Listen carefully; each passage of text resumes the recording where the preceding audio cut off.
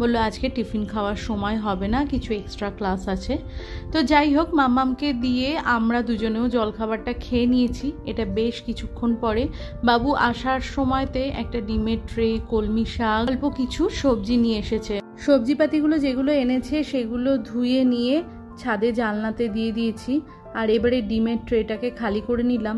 Counter টপের ওপরে ছড়ানো ছিটানো জায়গায় জিনিসগুলো থাকলে পরে কাজে তো অনেকটাই অসুবিধা হয়, সেই জন্য আগে কাউন্টার টপটা খালি করে ফেললাম। পটল কুচি করে কেটে নিয়েছি আর আলুও কেটে নিয়েছি। রাত্রিবেলার জন্য একটুখানি আলু পটলের চচ্চড়ি মতো করে রাখছি। রুটি বা পরোটা যাই হোক গরম গরম রাত্রিবেলাতে ভেজে দেবো। এবেলাতে তরকারিটা করে কাজের চাপটা কিছুটা কমিয়ে রাখছি। দিনের বেলাতে এতক্ষণ ধরে রান্নাঘরের সময় কাটিয়ে রান্নাঘরটার পরিষ্কার করে যাওয়ার পরে রাত্রিবেলাতে এসে গ্যাসের সামনে দাঁড়িয়ে কাজ করতে বেশ খানিকটাই কষ্ট হয়। সেই কারণে কয়েকদিন ধরে ভেবে রেখেছি যে একবেলাতেই যতটা সম্ভব হয় দুবেলার কাজটা কমপ্লিট করে নেব। আর সকালবেলাতে তো ওয়াশিং মেশিনটা চালিয়ে দিয়েছিলাম। আমার দেখবে তোমরা প্রত্যেক দিনই যে আমার যেদিনই কাছাকাছি হোক না কেন সকালবেলাতেই ওই রান্নাবান্না শুরু করার আগেতেই আমি ওয়াশিং মেশিনটা চালিয়ে দিই। তাতে করে কি হয়, দুপুরের রোদের মধ্যেতেই সমস্ত জামা কাপড়গুলো সুন্দরভাবে শুকিয়ে যায়। প্রতিদিন একটানা কাজ করতে করতে কোথাও তো একঘেয়েমি আমাদের চলেই আসে, তাই না? কাজগুলোকে যদি আমরা ভাগ করে করি তাহলে সেই একঘেয়েমি ভাবটাও আর থাকে না, আর তাতে কাজের চাপটাও আমাদের উপরে অনেকটাই কম হয়। প্রতিদিনই অল্প অল্প করে যদি সব জায়গার কাজগুলো আমরা করি তাহলে ঘরদোর কিন্তু সব সময়ের জন্য খুব সুন্দরভাবে পরিষ্কার থাকে। এমন অনেকের কাছে আমি দেখেছি যে একদিনে 2বার 4বার করে ওয়াশিং মেশিন চালিয়ে সারা সপ্তাহে জামা কাপড় কাচেন। তাদের হয়তো মেলবার অনেক বড় জায়গা আছে, কিন্তু আমরা আজকাল বেশিরভাগ মানুষই খুব ছোট জায়গার মধ্যে থাকি। তাদের যদি এরকমভাবে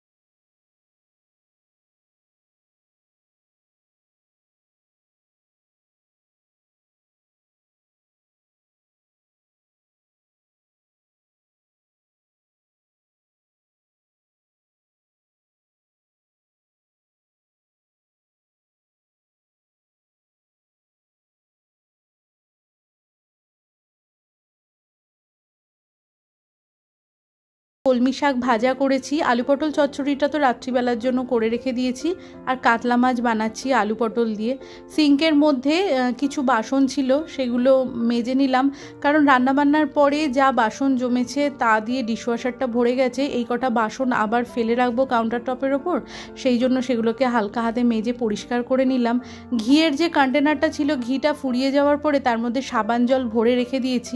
আমি এরকম ধরনের কন্টেনারগুলোতে ছোট ছোট যে পাউচ প্যাকেটে আমাদের জিনিস আসে, বা কোনো সময় পিৎজা অর্ডার করলে যে অরিগানো বা চিলি ফ্লেক্সের যে পাউচগুলো থাকে, এই সমস্ত কিছু ভরে ভরে রাখার জন্য ব্যবহার করে থাকি। তো কোনো কন্টেনারই আমি ওরকমভাবে ঝটপট ফেলে দিই না। কোন সময় কোনটা যে কি কাজে লাগে সেটা তো আমরা এখন থেকেই বলতে পারি না। রান্নাবান্না কমপ্লিট হয়ে গেছে, এবারে কাউন্টার টপ, গ্যাসের ওভেন ভালো করে পরিষ্কার করে নিচ্ছি। এই গরমের মধ্যেতে আমি চেষ্টা করছি দুবেলার কাজ একবেলাতেই কমপ্লিট করে রাখার। সেই কারণে দিনের বেলাতে তো আমি রান্নাঘর খুব ভালো মতো পরিষ্কার করি, আর রাত্রিবেলাতে যদি গ্যাসের ওভেন বা কাউন্টার টপ কোনো রকমভাবেই ব্যবহার না হয় তাহলে আর রাত্রিবেলাতে পরিষ্কার করছি না এই কদিন ধরে। কিন্তু যদি গ্যাস জ্বালাই বা কাউন্টার টপে রুটি করি বা কিছু করি তাহলেও কিন্তু আমি খুব ভালো মতো রান্নাঘরটা পরিষ্কার করি, কারণ যত উৎপাত পোকামাকড়ের সব কিন্তু রাতের অন্ধকারেতেই হয়। ঘর বারান্দার সমস্ত কিছু মুছে পরিষ্কার করে নিয়েছি।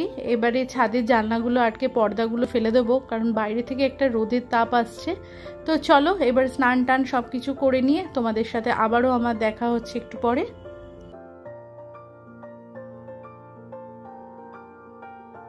বেলা 1:30 মতো বাজে, দুপুরের খাবারের সময় হয়ে গেছে।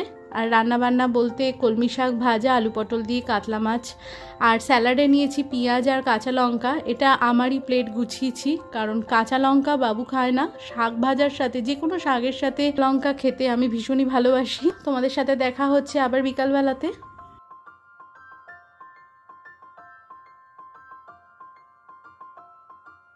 গুড ইভিনিং বন্ধুরা। অনেকক্ষণ আগেই ঘুম থেকে উঠেছি। মামাম 5:30টার সময় বাড়িতে এসছে, ওকে খাবার দাবার দিয়েছি। তো মামাম বললো যে আজকে তোমার আর সন্ধ্যাটা দিতে হবে না, ওই সন্ধ্যাটা লাগিয়ে দিচ্ছে, সেই কারণে আর জামাটা চেঞ্জ করিনি। একেবারে রাত্রিবেলাতেই ঘুমাতে যাওয়ার আগে জামা কাপড়টা চেঞ্জ করে নেব। আজকে ভীষণ মাথাটা যন্ত্রণা করছিল, সেই জন্য খুব ভালো করে দুপুরবেলাতে তেল লাগিয়েছি। মনে হয় যে ঠান্ডা গরম থেকে, কারণ ঘরের মধ্যে এসিতে রয়েছি, আর রান্নাঘরে বা ছাদে গেলে পরে ওখানেতেই গরম লাগছে। আর ঘরে কতক্ষণই বা এসিটা চলে, মাঝে মধ্যে এসি তো বন্ধ করতেই লাগে, তাই না? তো সেই ক্ষেত্রেই ওই ঠান্ডা গরমের জন্যই মনে হচ্ছে মাথাটা যন্ত্রণা করছে। আর কপাল টপালগুলো এত যন্ত্রণা করছিল দুপুরবেলাতে, খুব কষ্টই হচ্ছিল। খুব ভালো করে মাথায় আজকে তেল ম্যাসাজ করেছি। তো যাই হোক, বিছানাপত্র সব সুন্দর করে গুছিয়ে নিয়েছি। আর সকালে যে সমস্ত কাছাকাছি করে জামা কাপড়গুলো মেলেছিলাম ভালো মতো শুকিয়ে গেছে। গরমকালে একবেলাতেই জামা কাপড় আমার সমস্ত কিছু শুকিয়ে যায়। শীতকালটাতে যেহেতু ছাদটাতে শেড আছে, সেই জন্য 1 2 দিন লেগেই যায়। এতক্ষণ অবধি তোমরা যে সকল বন্ধু আমার এই ভিডিওটি দেখছো, আমার এই ভিডিওর কোথাও যদি তোমাদের কোনো কিছু ভালো লেগে থাকে তাহলে চ্যানেলটি সাবস্ক্রাইব করে তোমরা আমার পাশে থাকতে পারো। আর তোমরা যারা অলরেডি এই কাজটি করে ফেলেছো তোমাদের সকলকে জানাই অসংখ্য ধন্যবাদ। জামা কাপড়গুলোকে ভাঁজ করে আলনায় জায়গায় তুলে দিলাম, আর যেটা আলমারিতে রাখার আলমারিতে রেখে দিলাম। এবারে ভালো করে চুলটাকে উঁচু করে বেঁধে নেব, কারণ ঘাড়ের গোড়ায় চুল থাকলে পরে এত গরম লাগছে। খোপা করে রাখছি কিন্তু বারবার করে ওই খোপা খুলে যাচ্ছে, তার থেকে ভালো করে ভাবলাম ব্যান্ড দিয়ে শক্ত করে উঁচু করে চুলটাকে বেঁধে নিই। এবারে রান্নাঘরে যাব, ওই ফিশ ফ্রাই বানাতে লাগবে। 12-15টা মতো ভেটকি মাছের ফিলে রয়েছে। তো এখন আমি 2টো ডিম ফাটিয়ে নিচ্ছি, কিন্তু আমার 8টা মতো ডিম লেগেছে এই মাছটা ভাজার জন্য। আর এই ম্যারিনেশনের জন্য তো মাছের বাটিটা আমি ফ্রিজে রেখে দিয়েছিলাম বিকালবেলাতে 4:30 নাগাদ, ফ্রিজ থেকে বের করে রেখে দিয়েছি। এখন পুরো নর্মাল টেম্পারেচারে এসে গেছে। তো এই বাটির মধ্যে আমি বেশি করে গোলমরিচের গুঁড়ো আর কর্নফ্লাওয়ার মেশালাম। আর ওদিকে 2টো ডিম সামান্য পরিমাণে লবণ দিয়ে আমি ফেটিয়ে রেখেছি।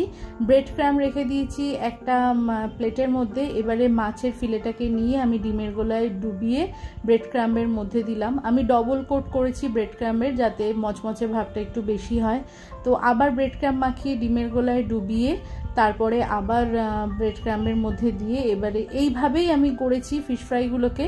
আর ছাকা তেলে গ্যাসটা প্রথমে সিম করে রেখে দিয়েছিলাম, হালকা আঁচে প্রথমে ভেজেছি, তারপরে একটু পরে আঁচটাকে বাড়িয়ে দিয়েছি। কারণ প্রথমেই যদি জোরে আঁচের মধ্যে এই মাছের ফিলেগুলো দেয়া হয় তাহলে ভিতরটা কাঁচা থেকে যেতে পারে। আমাদের 3 জনের জন্য 6টা ফিশ ফ্রাই করেছি, সাথে ছিল শসা আর পেঁয়াজের স্যালাড। মাম্মাম নিয়েছিল একটু কাসুন্দি সাথে। তো আমি আর বাবু এমনিই খেয়েছি, ভীষণই মচমচে আর খুবই সুস্বাদু হয়েছিল।